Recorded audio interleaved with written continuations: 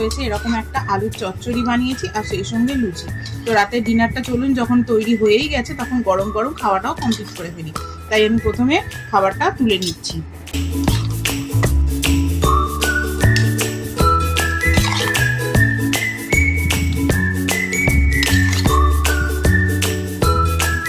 তরকারিটা এইভাবে তুলে নিলাম। এবার আমি দিয়ে দেবো থালার মধ্যে গরম গরম ফুলকো ফুলকো লুচি।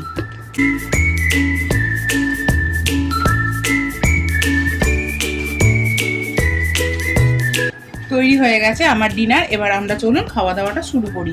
আর এই লুচি আর আলুর তরকারির কম্বোটা কার কার ভালো লাগে অবশ্যই কিন্তু জানাবেন, আর কে কে বাড়িতে বানালেন তাও কিন্তু অবশ্যই জানাবেন।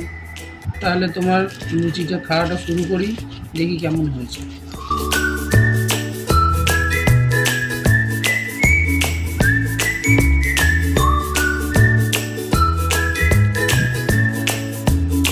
তো আমার তরকারি আর লুচিটা আজকে কেমন হয়েছে? সত্যি অসাধারণ, খুবই ভালো লাগলো।